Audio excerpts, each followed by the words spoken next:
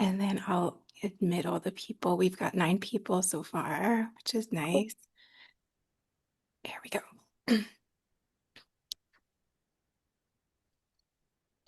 Good afternoon, everyone, and welcome to our November SciCommers Mentor Chat series. Thank you for being here for our session titled Making Science Accessible, Sharing Research, Utilizing Social Media, and Creating Conversation.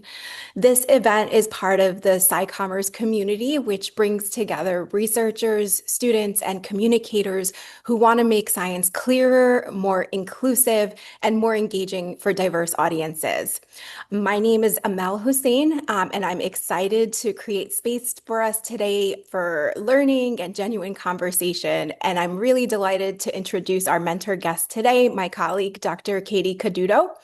Dr. Coduto is an assistant professor of media science in the Department of Mass Communication at Boston University's College of Communication.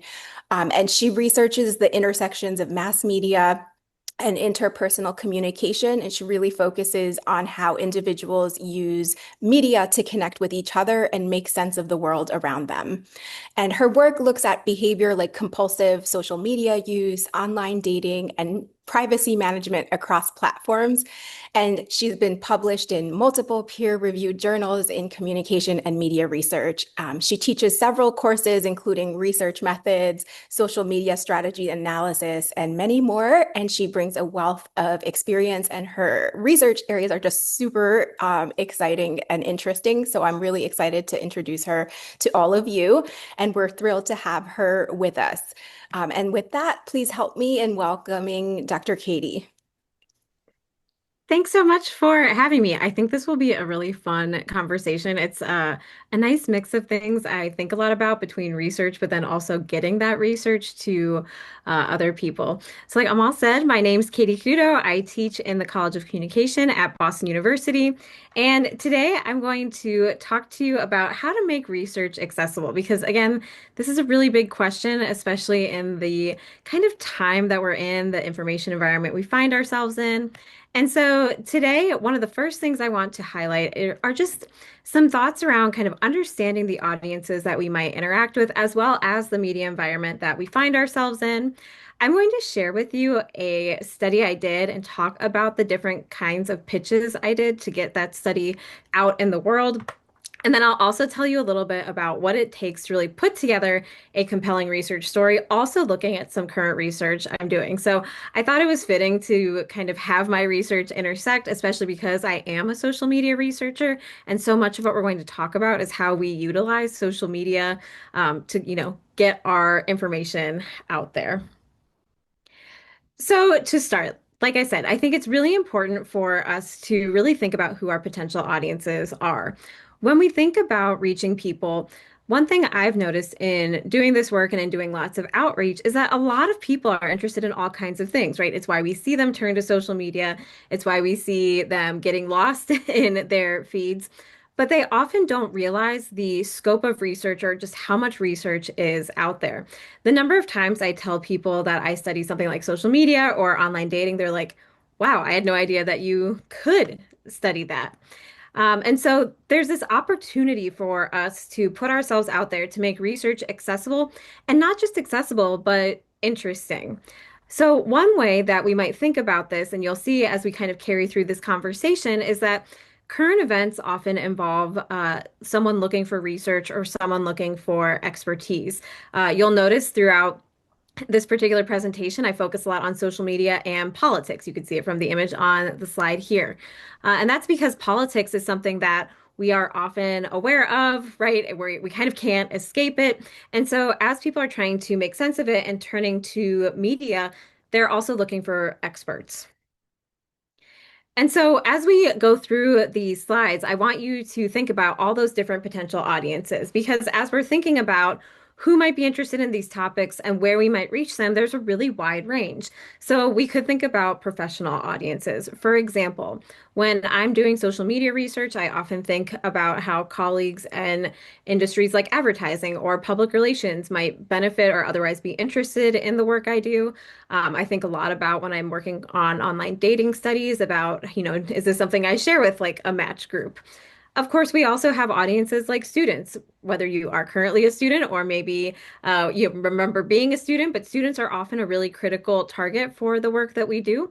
And like I said, political groups, political agencies, interest groups, there's all kinds of people who could be interested in our research.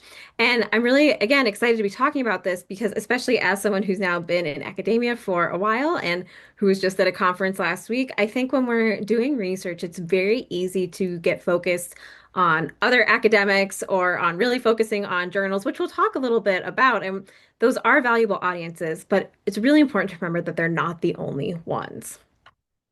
And so, like I said, part of what we're thinking about, of course, is this range of audiences, right? And for so many of us, there are so many interesting topics that we cover. And so the audiences are kind of limitless.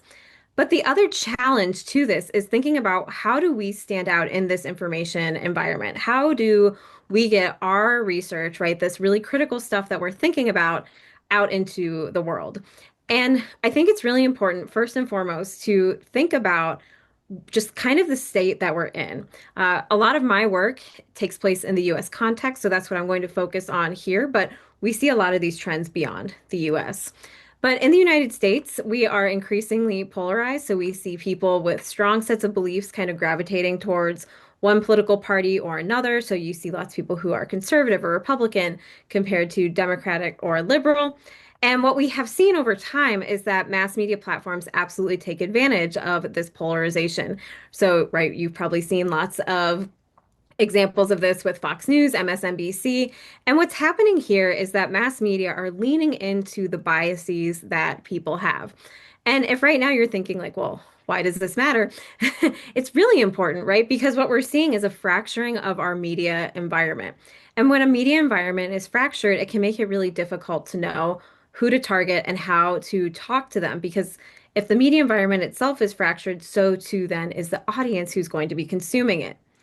And absolutely important to keep in mind throughout this is that social media can absolutely exacerbate this with echo chambers, which happen via selective exposure. So, selective exposure occurs when we choose channels that basically reinforce our existing beliefs. And so, if we have a really exciting research finding and we want to share it with a really diverse audience, we have to be thinking about, well, where are those diverse audiences? Is there a place where people kind of congregate? Or do we have to adjust the message based on whether we're targeting something like an MSNBC or a Fox News? And as we're talking, you might even think about this, right? What social media platforms are you on? Because this isn't just about mass media. Like we said, social media is a huge part of this. And a lot of the work that we do comes from our own ability to put our work out there. But when we're selectively exposing ourselves to certain channels, we're also then limiting the audiences that we might be engaging with. And the other element of this, of course, are the algorithms themselves in a given platform. So if you are a Twitter user and you're maybe a little more liberal leaning, you might have a tougher time getting that information out there, getting your work into other people's feeds. So all kinds of things we have to consider, right? No one said it would be easy, but there's a lot of complexity here and it's continuing to evolve. And so, like I said, really important to keep in mind that echo chambers are a major part of social media. And I see this a lot, especially when I'm working with grad students who will feel like, oh, I posted about my research and I don't feel like it's gotten that much engagement. And so we have to think about who we're following, who follows us, and how that might change from platform to platform. So if you're only sharing on Twitter, that might not be the best way to reach the widest audience, especially because something like Twitter, although we hear a lot of talk about it, especially with Elon Musk taking it over, although there's lots of talk about it, research really shows that not too many people, when we look at the larger population, are there. On the other hand, for a lot of us, especially if you're Gen Z, millennial, you might not be as interested in something like Facebook, but we do know that there are other populations who are there. And so we have to think about who are we following, who's following us, how do we go to these platforms? But it's also important to keep in mind that echo chambers perpetuate because people want to protect their sense of identity. So this isn't just a matter of getting information in front of people, but it's getting information in front of them in a way where they'll be interested in it, where they will be willing to engage with it. And so, like we said, different people with different identities will gravitate to different platforms. And so we have to think, when we're trying to pitch a story, right? How does it fit in, not just with the platform itself? So, how are you adapting to an Instagram versus a Twitter, but are you meeting the expectations of those users? This is why I also encourage a lot of my students to use social media. And I'm not saying you need to be on it all day, every day, although it's very tempting to do so. But it is really useful if you have a sense of what different platforms are offering. So this helps both in the formulation of, right, sharing the research topic, how are you presenting it, but then also knowing who's there. And of course, if we're talking about social media and we're talking about trying to enter conversations in a meaningful way on social media, and we're talking about it in terms of research, it's so important to highlight how misinformation and disinformation are spread through social media, because this is absolutely a risk that comes with sharing your work. And so I love this chart. I show it in a lot of my classes. And what you'll see is that to the one side, we have misinformation, which is false information that is not necessarily trying to do harm, but it is not true, or it's taken out of context. On the other side, we have malinformation. So that's information that is true and is intended to harm. And then in the middle, we have disinformation, which is information that is both false or misleading and it's intended to cause harm. It's really important to be aware of these when we're trying to spread information and knowledge through these channels. I think about this a lot, especially in the context of misinformation. One of the examples that you see here are inaccurate statistics. And you might see this as you are trying to share research, as you're trying to share learnings. It's very easy for people to focus on a specific statistic and say, oh, well, there's this one part, right? There's this one key, and that's what we're going to focus on. And maybe that's not the whole story. And so we have to think about how do we tell our research story in a way that is resistant to manipulation, right? Or is resistant to that kind of cherry picking of information. And that's absolutely something that I'm going to talk to you about. And nothing is foolproof because we want people to read our research. And so sometimes you will still have that person who finds that one stat. But that's also the importance of, again, knowing the environment that you are contributing to, that you're jumping into. So, with all of that in mind, like I said, one of the first things I want to talk to you about is a study I did and kind of show you how I went from the study itself to getting it more out in the world. So back almost 5 years ago now, I was interested in what was happening on January 6th when the insurrection was happening at the United States Capitol. And part of what was so interesting to me in this moment was the uncertainty of it. So a lot of people were watching the news, but they were also turning to social media to better understand kind of what was unfolding around them. And if you look, right, these are images that were very shocking to a lot of people. And so, with my colleague at the time, I was working at South Dakota State University. With my colleague at the time, we thought this presented an interesting opportunity to dive in and do some research. And so our question was, well, in times of uncertainty, so in a breaking news scenario, in a political scenario where news is kind of coming rapidly, where do people turn for information? And like we said, if you think back to that day, you might even remember it. While we had people who were turning to mass media, a lot were also turning to social media. And I have some screenshots from that day where you can see, right, the regular updates. You can see people were retweeting, right? So a lot of engagement kind of beyond just turning on your TV. And so, with this study, what we aimed to do was survey people right after this happened. So, we captured their feelings and their actions in like the first 48 hours after the insurrection. And we wanted to understand how their social media use was related to their understanding of what had happened that day. And so, what we find, and you'll already notice that I don't have any stats in here, but what we found, just to give you an idea of kind of the key findings of this study, were that the number of social media channels a person used on January 6th increased their cognitive preoccupation. What that really means is that the number of social media channels they were using related to thinking more about the news. So they kept thinking about it even if they weren't watching it. So we were trying to understand if they were engaged and then maybe trying to step away, they were still thinking about it. What we then also saw was that cognitive preoccupation actually increased compulsive social media use. So the more that someone was thinking about the news, even if they weren't looking at it, so even if they had walked away, they weren't checking their phone, the more they thought about it, the more they then had to kind of return to their phone or their computer and they started posting. And so we assessed compulsive social media use as checking, commenting, and again, everything kind of increased together. So as people were thinking about this and then checking, like I said, they were posting, they were commenting, they were sharing. And this creates a really interesting information environment. And then finally, we also asked, well, why were you turning to social media in this moment? So people reportedly said they were both information seeking, but also information sharing, and this related to greater cognitive preoccupation. So if we take all this together, right, we see some interesting trends in the key findings. These key findings alone would probably not be enough for a pitch.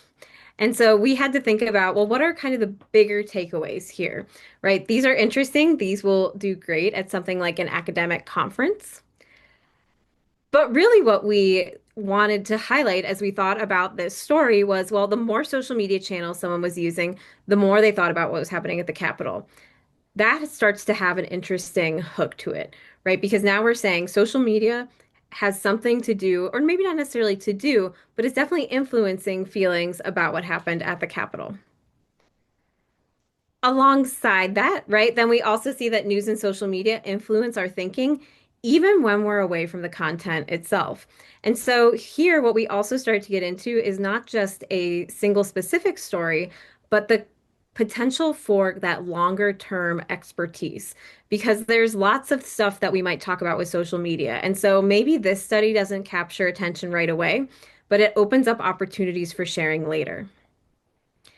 Now, of course, we'll get to this, the study doesn't answer everything, and that's also okay, right? We need to be okay that our studies can't answer every question. And so we have to think about not just the story we can tell, but also, right, what can't we necessarily say right now? Because with this study, we did not assess the quality of information. And that's a question I've gotten a lot about, well, were people getting accurate information? And for that, we can't say. What we can say is that we know people were thinking about this and they were turning to social media to learn more. And so similarly, we also can't necessarily say anything about the trust in the information. And that's okay, because part of what we're trying to do is emphasize the importance of research while also showing that one study is not going to do everything. So, like I said, I like to highlight this study because this is one that did indeed find different audiences. So, first, what you'll see here is that this was covered by South Dakota Public Broadcasting. So, my co-author and I actually did a radio interview with them. And what you can see here is kind of how they highlighted the story. So South Dakota researchers used the insurrection to study social media compulsion. And so that interview was very much about that compulsive part because that has kind of a nice hook to it. And that's how we framed it when we did outreach, was not, again, around the specific numbers or anything like that, but it was more compulsive use of social media, something that people are thinking about related to this event that people are also thinking about. Now, this study was also published in an academic journal, and I do think it's important to talk about academics as an audience because for many of us, that will be the first step in being able to conduct outreach. When you have a study that has been published in an academic journal, there is kind of double the support for reaching a wider audience. So in this case, this paper was published in the Journal of Broadcasting and Electronic Media. Their editorial team also helped us to do some outreach and helped us to publicize it. At the time, they had active social media accounts. And so there are lots of ways and opportunities to take your research from being published to kind of that wider audience. And so, like I said, I think here it is important to take a moment to think if you're interested in academic publishing and to think about that as an audience, to really think about the journals that you are targeting. So for me and for this paper, we definitely wanted something that would align with our topic, so social media, as well as something that was open to our methodological expertise. And I'm happy to chat more about what that looks like. But most of my work is social scientific. Most of it is quantitative in nature. And so If you look here, I actually copied and pasted the aims of scope for the journal that we targeted, and you see it kind of covers all these things, right? Media technologies, technological, social, psychological approaches, all these things that made me say, okay, this will probably be a good fit for this paper. This is important not just for getting it published, but also for knowing who's going to read it. Like I said, as a quantitative scholar, I want to make sure that that paper is getting in front of scholars who understand my approach or who can really think through what that approach is. And that's not to say that someone from a different background couldn't, right? But maybe they're not as likely to share it, or maybe they need to kind of revisit the stats. So it's really important to think about, even at that earliest step, where do you go and how do you decide on a journal? And again, happy to take lots of questions about this or chat more about it, especially if you're a grad student kind of thinking about these things. So, on the other hand, like we said, though, there's not just academic publishing, there's also this broader media environment that we want to reach. And so, what you see here is we also did an interview with one of the local news stations, which was really fun. Very funny photo of me. And similar framing for this story. The difference now is that they framed it as just about social media use during the Capitol riot. And so, as we were putting together our pitch for, especially for the news stations around here, we went back to our study's key takeaways that I walked you through. So, what are the things that are going to hook people? And in this case, right, what would a broadcast audience be interested in? So as you are thinking about different platforms, it's not just a matter of, do I have a hook? But in our case here, what's going to fill, a minute and a half? Because this is not an exhaustively long story when it's being put on TV. So what will a broadcast audience be interested in, and what can we provide sound clips about? And I cannot say this enough, but I think it's so important to not get lost in the specifics of theory and statistics.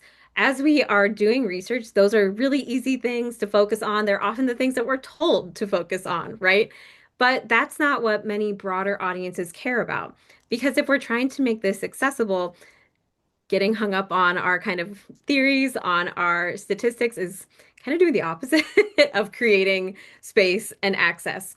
So that's why I like to show you kind of what the study found, but then also how we framed those takeaways. So broader media targeting includes all of these things, and then similar thoughts of just what might the outlet itself want? Are there specific elements, right? Is this more political leaning as an outlet? Obviously, we did a lot of targeting of kind of broader um, media outlets. For us too, we were able to play around with the fact that in South Dakota, like context really matters. And SDSU is a major university there, and there aren't nearly as many universities in South Dakota as there are in Boston. And so doing interesting research in that environment also just kind of led a novelty angle, which, helped people kind of say like, oh, this is interesting and I want to know more. But putting this all together so far, right, our goal when we think about doing this kind of outreach is how do we make science accessible to larger audiences? Especially because, again, science can take lots of forms and covers lots of different topics. And I am so of the belief that like we can't hide the cool research that we do from these larger audiences. And that's why I like to talk about academic publishing, but I don't think of it as the last stop by any means. Important because academic publishing has a lot of paywalls. If you're a student or a researcher, you've probably run into this, even though we're at BU and have lots of access to resources. But different journals have different paywalls that can make it really difficult to get access to an article. And that can be really frustrating, especially if you're trying to share like a really fun new insight. Sometimes journals will only make things available after like 5 years or whatever. And you're like, well, now it's out of date, and that's not what I'm excited about. And like also have here, academic publishing definitely lends itself to jargon. So like I said before, with things like theory, but also just, the way we describe our methodology, all these kinds of things can make that access really difficult. And so media outlets allow for greater reach. And what I would like to really emphasize is that sharing on social media can absolutely increase the reach of both of these. So when I have a paper get published, an academic paper get published, I often share it on social media and know that some people will absolutely click that link and it will be reaching the right audience. And then in other situations, it's about sharing the media coverage on social media. And there are a lot of considerations for both of these. When you share something like an academic paper, I recommend not just sharing a link and kind of leaving it at that. Any more best practice says that you should really describe what's going on in the study. And that might be just an overview of what you did. It might be highlighting a really specific topic. So in the case, in the example that I've walked you through, I would definitely mention about the compulsive social media use in the context of January 6th. Because even if you're sharing an academic paper, you still have to have a hook, right? You still have to have something that draws someone in and convinces them to click this. This is especially important because we're in, again, a very dense information environment. And so, how do we get people to not just stop their scroll, but then actually click on the thing that we've posted? The same thing goes for sharing content from media outlets, right? Just posting a link and saying, like, here's something I did might get some people to click, but it's really good to be clear because we have to know that for as much as we're posting, as much as we're excited about our content, not everyone's going to click it. And so we have to create content that is um, able to be consumed while we're in our feeds. And many of you have probably experienced this where you're scrolling through something like TikTok or Instagram and you see an interesting story and you're like, I'm just going to read the caption and keep scrolling instead of clicking. So it's really important to think about what kind of information are we sharing as we go. This is also really important because again, context matters so much. And if we look at the current landscape around us, we see increasing skepticism of science, of higher education, ties right back to what I mentioned earlier with that increased polarization. And so the more transparent we are, the clearer we are, the more likely we are to get people to engage with our content, to engage with our research, and to do it in a way where they're not coming with skepticism or they're not coming ready to kind of nitpick it apart. And I do think that's why we've seen some of the skepticism that we have is because of things like paywalls and because of things like jargon. And so the more transparent we can be and the more we take advantage of social media to do that, I think the better off that we will all be. And so, where I would like to go from here, because of course we've talked now about, well, what is this audience? What is this information environment? What does it look like to have a piece of research get picked up? So, what I want to tell you about now is just how I'm currently working on putting together a compelling research story. So, building on the previous research I did, I have been looking at how people were using social media use up to the 2024 election. And so, I'm right in the process right now of thinking about both what journal do these studies go to, and then how am I going to kind of promote them to a larger audience beyond that academic one. Just like with the January 6th study, I thought it was really interesting how much uncertainty there was around the 2024 election. And so I was already thinking about what I might study related to this. And then in July of 2024, Biden steps out, Kamala Harris enters the race. And so I had a feeling that this would be a time where people were once again, turning to social media to learn more. And so I include this brief overview because this is also how you create expertise. Because sometimes it's not just about getting one study out in the world and saying, here's this thing I did and it was interesting, which is great and I've absolutely done. But if you have continuity in your research program, if you are able to build what you do over time, and not saying you have to do the same exact study every time, right? But if you can build that expertise, that also helps to create an opportunity where journalists and others might reach out to you and say, I don't have a specific study I have questions about. Instead, I want to know more kind of about this overall trend or this thing I'm noticing. And so that's what I was thinking about here is not just the fact that I'm interested in this, which I am, and makes doing the research that much more fun. But also, right, I'm able to kind of build a trajectory where as people are thinking about who can I turn to when I have questions about this, they are now like, okay, I know that this professor at Boston University studies social media and she can help me think through these things. So in this study, it's actually two studies I did to follow up. I used similar things, right? So I returned to that idea of cognitive preoccupation and once again found a really similar trend to what I saw in January 6th. So cognitive preoccupation with political news increased posting about politics. It also increased posting about the election. Now, what I think is really interesting, and you can already see I have my little note here about how I'm thinking about framing this story. I think one of the most interesting findings is that cognitive preoccupation actually increased people's sense of trust in social media for political content. So people who were thinking more about the news, they felt like they could trust social media to accurately relay information to them. And to me, I'm already thinking about the pitch, right? And this is clearly something that I think a lot of people will find interesting. They might even find it surprising. Or alternatively, they might say, you know what? This feels right for the environment we're in, and maybe this helps me to better understand that environment.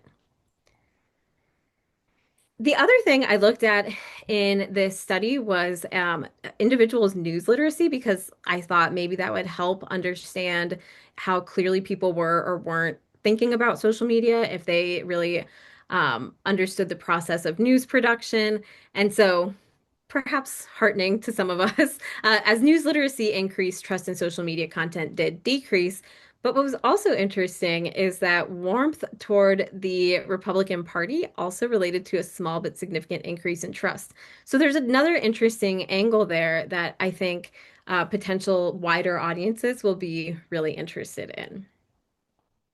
And so, like I said, I wanted to talk just a little bit about this because I am literally currently in this process of sharing and pitching and thinking about, well, how do I get this to people? Because I personally, and probably, of course, have some bias, but I think there's a lot of interesting stuff here that I don't think I need to be the only one who knows about, or the only, I don't need the academic editors to only know.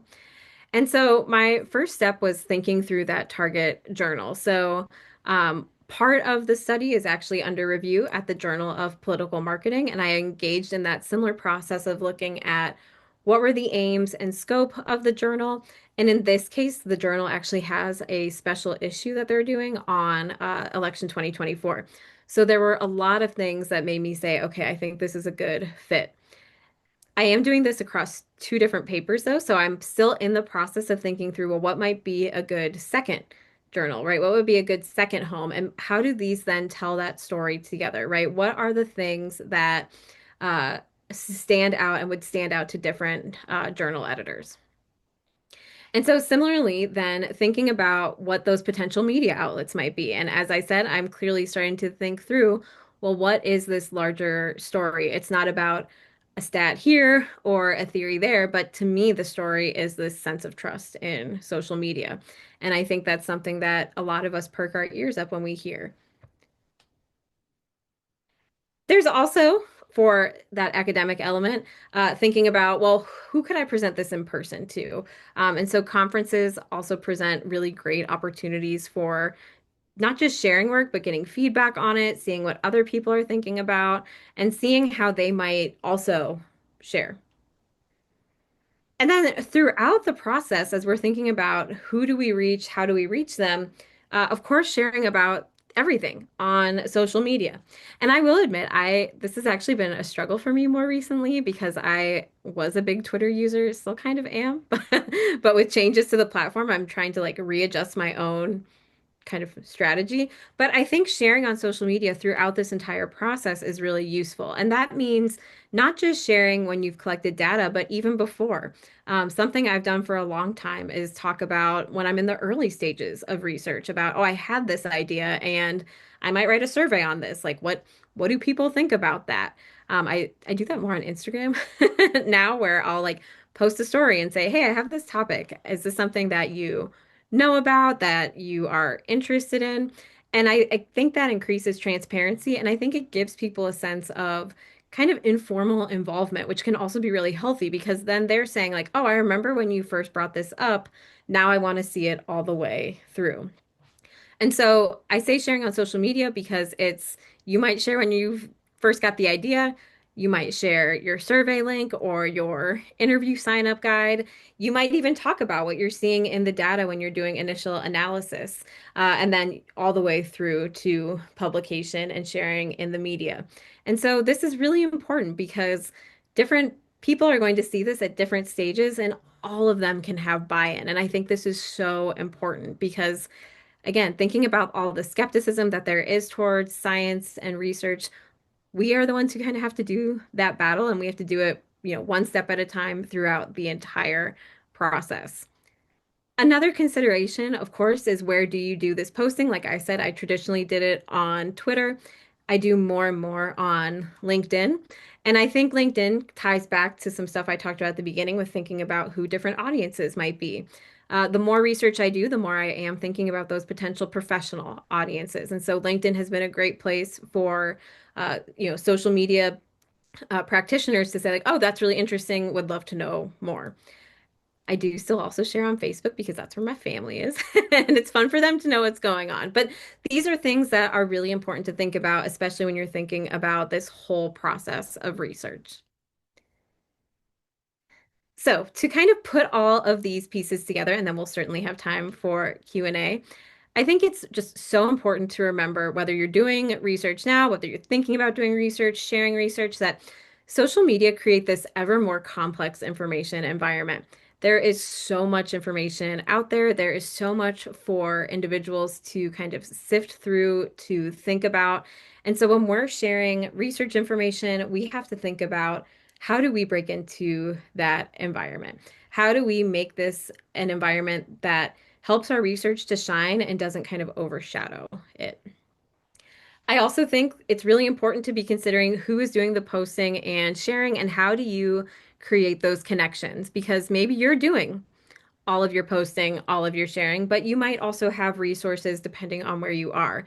I think something we have at Boston University that is amazing is uh, research support in the lots of forms, but including BU Experts has a page where they will share the work that we've done. The College of Communication will share research as it's done.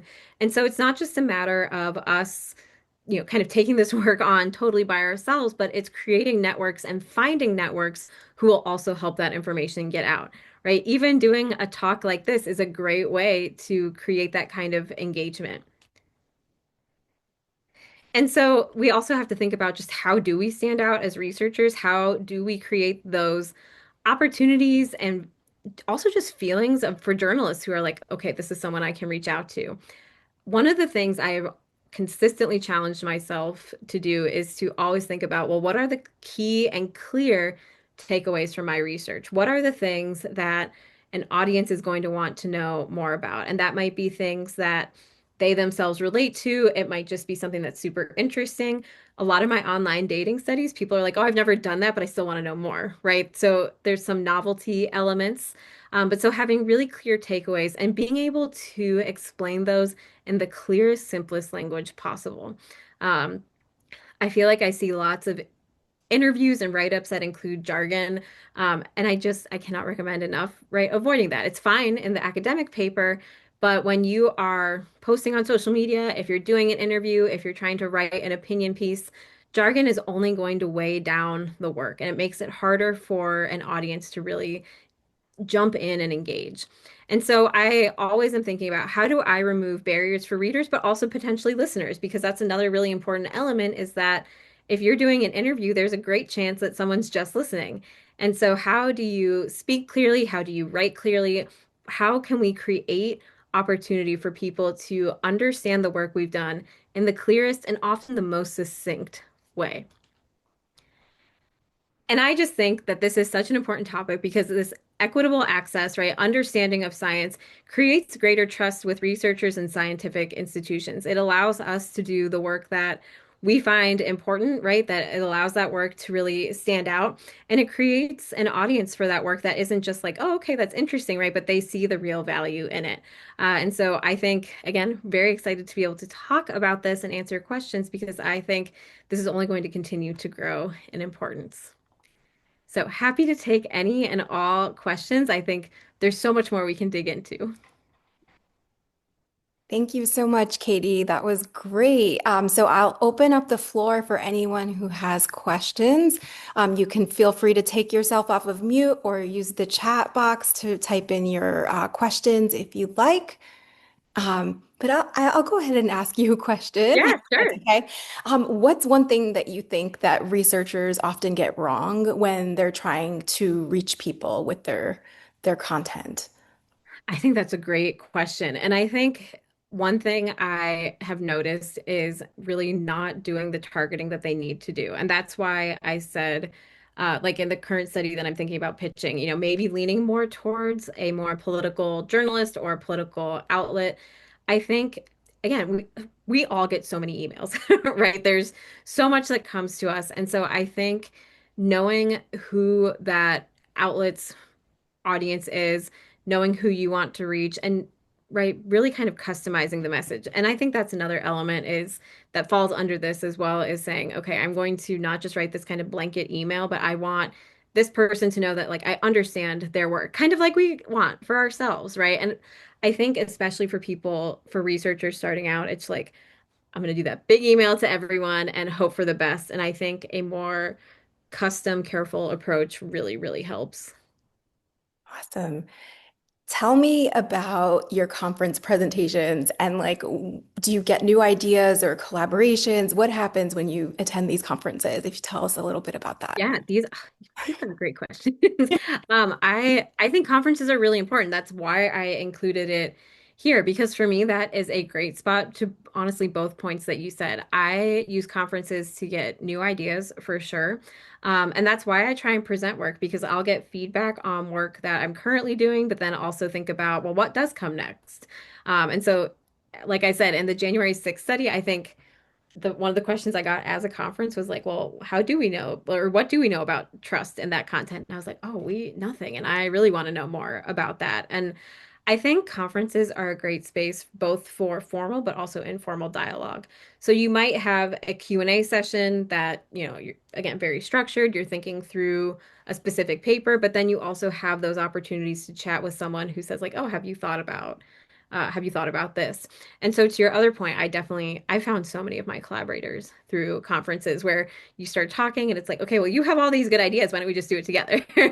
And I think that is another way that science gets healthier because um, there's a lot of fun from being able to do research on your own, which I certainly have, but I think it's also really important to have other people, to have collaborators because they help you see the potential shortcomings. They also just kind of expand your world view.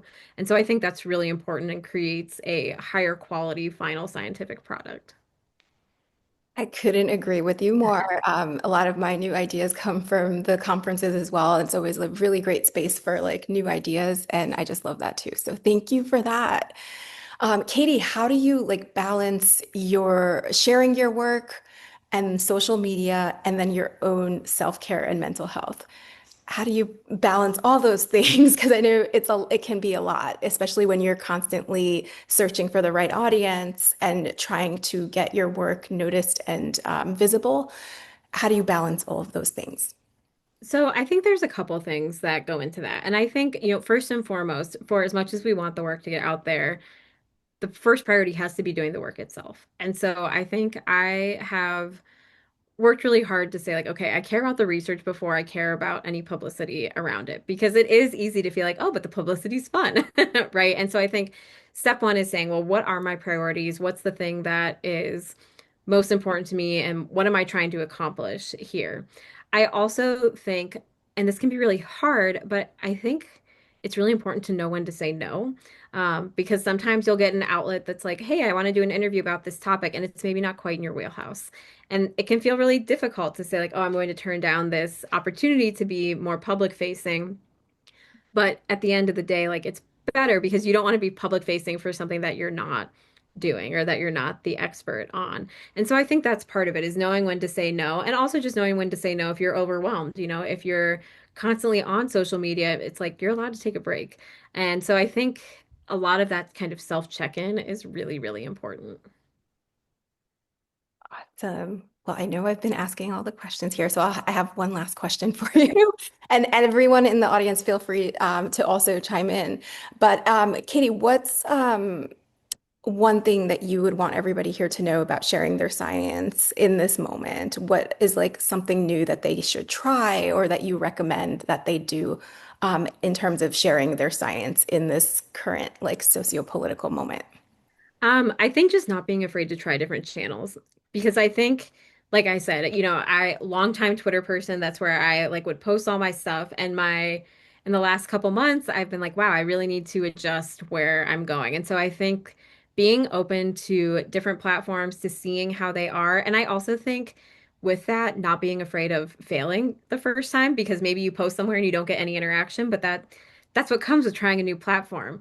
I keep going back and forth. Like my current struggle is that I don't really use TikTok, but I know TikTok would be a great place to share my research. And so that's something have toyed with and I'm trying to take my own advice on. But in the meantime, like I said, I've been doing more posting on stuff like LinkedIn. So I think being open to experimenting with and trying different platforms, and also not being afraid of new platforms. I do have like a Blue Sky account and I post there occasionally. I could probably post more, honestly. But, again, I think it's a much like research, it's a process of experimenting and kind of seeing what works. And part of that too is knowing who the audience is there. Awesome. Well, are there any questions from our audience? Well, Oh, thank. let's see. Oh, Yeah. okay. Patrice says, "Hi, Katie. Who are your favorite academic social media figures and who is breaking through?" So I think, okay, great question. And one person who I think does like an amazing job at kind of everything we've talked about is Dr. Jess Maddox. She is at the University of Georgia, was previously at Alabama. She's also a social media researcher, but she does a lot of work on influencers. And she has a really strong social media presence. She's someone who's strong across lots of platforms. And she's the one who was like first on TikTok, who I'm like, okay, I should really probably model after you. But I think she does a great job at talking about the work that we do. And I also think she's interesting because she's more of a qualitative researcher.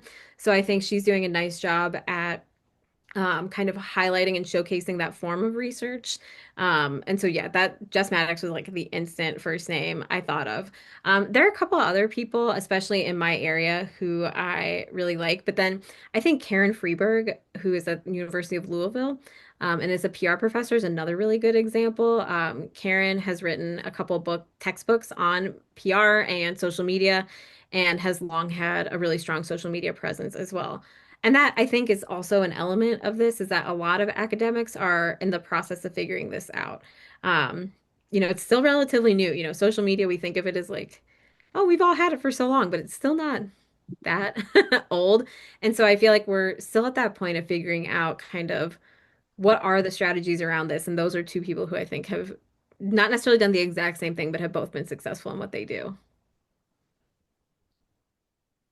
Awesome. Well, thank you for that. Any other questions for us before we wrap up?